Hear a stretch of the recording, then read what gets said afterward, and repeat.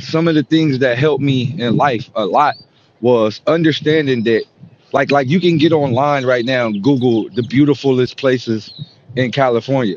And it's just Right down the street. Me coming from they literally 10, 20 minutes away.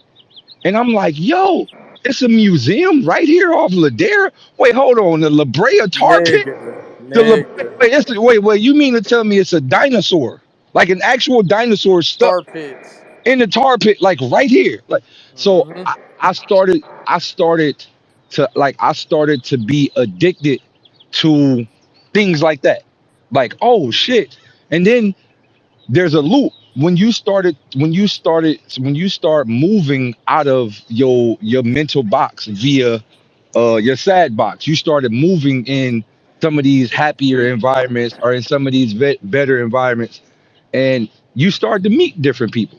You start to meet more happy motherfuckers, and and and it creates a lust for, hey man, like, and then what it does is it takes you back to that time when you was a kid, when you can literally meet random people at a random park. It takes you back to that time. Like, okay, I know I ain't gonna see this motherfucker tomorrow, but today we about to play hide go seek. We about to Yeah. play tag. We about to Tag. play whatever. Climb on this shit. We about to, and it happens as adults too. Like when you hiking or when you walking, it's like, hey, that go a group of motherfuckers hiking. Hey, where the water fountain is? Shit is 5 miles that way. All right, nigga, we walking together. Fuck it, let's go. That part. And and before you know it, you didn't build the whole conversation with a billionaire. For y'all been walking for about an hour. You built the conversation with a billionaire.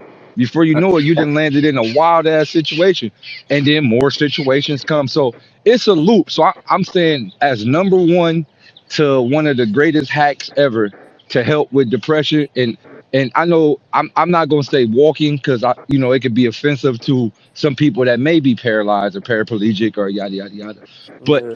getting outside the house and getting in some air and some sunlight and some better environments, I think that's one of the greatest steps. And another thing to all, everybody need to do this. Everybody in here most definitely need to do this. Try to take at least like breaks away from your phone. Like, and when I say a break, I don't mean 30 minutes, 40 minutes. Like, I mean Bruh.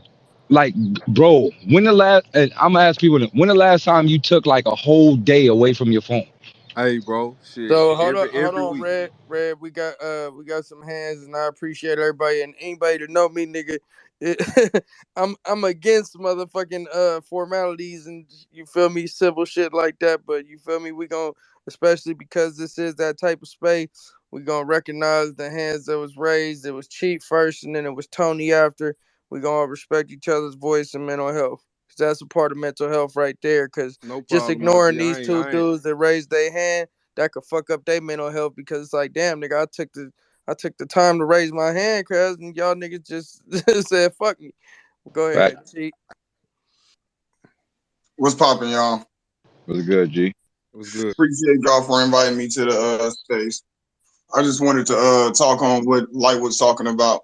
The crazy thing is, like, I'm a Taoist, and growing up in my hood, I really had to experience it. I had to experience my hood in a certain way. When I got out of my survival mode and started looking at how beautiful the place was and how bad they was trying to make it seem to me, I understood how beautiful the world was. It's like that box.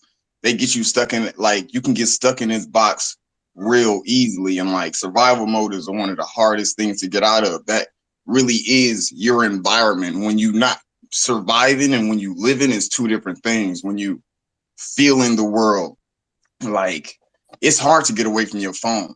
It is, because there's so many things trying to get your attention. But when you step outside, you hear the trees, you hear the birds, like the wind is out there, like it's beautiful. Like, people don't talk to each other like they used to no more. And that's weird. That's weird. Like, I can get on the phone with somebody and it's barely a conversation. I can be in front of somebody's face and they be stuck in a million different places instead of the present moment. The present moment is a beautiful place, but we get lost in our thoughts. We get lost in our desires. Like, heart and mind coherence is a thing for me. So my heart got to be in my mind. I have to feel what I'm thinking. I have to think on what I'm feeling. It's it's a complex simplicity to really just loving your environment. It's so many crazy things trying to get you up out of your comfort space. And I don't really know how to put it because it can go so many ways. But I just wanted to say that. I'll let somebody else go ahead and get it. It was Tony next. Hey, man. Peace, y'all. Blessings. What's going on, man? I seen the mental health, man. I felt it was necessary that I came in here and I said something because I've dealt with it for a long time. I dealt with it before I even knew I was dealing with it. And then, like, as far as that medicine, like some people, they could take the medicine and shit, you know what I mean? And it's going to help you.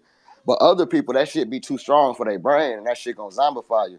So me knowing, like, how it is to be off meds and know how it is to be on meds, because when I was on meds, it was like the early 2000s.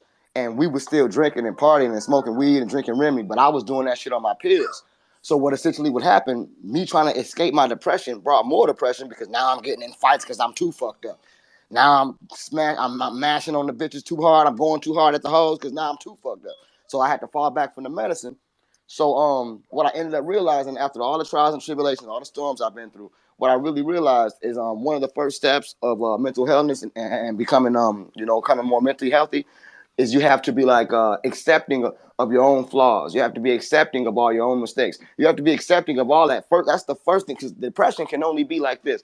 It's you basically wanting things to be a way that they're not, and you can't accept it. So now you're down about it. That's in a nutshell. Like, you might not want to be getting abused at home. You might not want to be broke, having a hustle in the street. That'll make you depressed. You might not want to accept the fact that we've been enslaved and we still getting fucked over right now. You might not want to accept that fact, but that creates that depression, and that goes into your mental health and shit. So basically, what I'm trying to say in a nutshell is once you accept what already is, and you say, okay, this is what it is.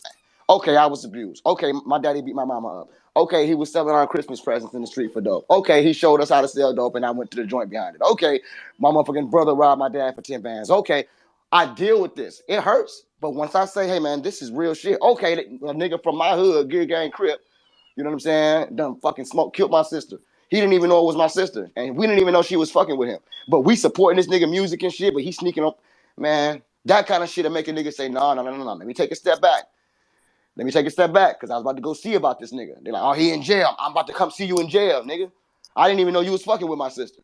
But he get out the joint on some sucker attack shit, and she had a new man, and on Valentine's Day, he went over there and did that bullshit, man. So I had to deal with that. I had to, and mind you, while I'm on the phone getting the call from my dad about the news, he like, yeah, the nigga from your hood.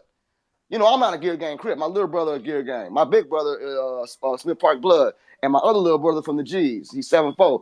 But my dad was like, man, your little brother homeboy killed your sister. I'm mad as fuck. I don't know what to do. Because while I'm on the phone hearing this, I get a text from my job saying, don't return to work. And we don't have a reason. You know what I mean? So at this point, I feel like it's a simulation now. I'm like, hold on now. Wait a minute now. You ain't going to hit me with all this at one time now, God. You must be telling me that I got something powerful. You must be telling me you about to bless me. And that same day, a nigga hit me up and said, hey, man, you want to have a beat battle? You want to get into this shit? And I started moving forward. I started making progress. That's another thing. To defeat the depression is to make progress. The key to happiness is making progress. I don't give a shit if it's one follower today. I don't give a fuck if it's one play tomorrow. But a little bit of progress, man. And just know that you winning. And you winning because you here. A nigga be like, oh, man, you lost the battle. Well, yeah, you can say I lost the battle. That's cool. But I won when you heard it. That's where my win is at. Let me express this. And I want y'all to really be truthful about who you are and what you do and express that shit to the fullest. And ain't no sign to be depressed. In order to be depressed, you gotta be sitting still. You can't depress something that's moving. Hey, look, I'm sucking and jiving. I'm Mayweather with the shit. Come on, throw me another one. Let me show you this shoulder roll. Let me show you this. Yeah. Because the thing is, you can't depress something that's moving. That's what I want to say, man. So y'all be blessed, man. I'm gonna mute up. Appreciate that, Tony. Appreciate that, big dog. Yep. Hey, Breadhead. And then I think it's Rick. Hey, what's going on, y'all?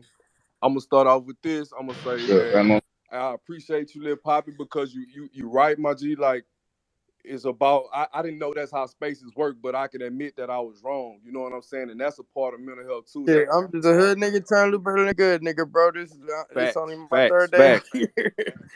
Facts. So yeah, I just wanted to put that out there, man. It's good to be humble sometimes and say, I didn't know that that's how things work. Let me, you know what I'm saying? Let me start over.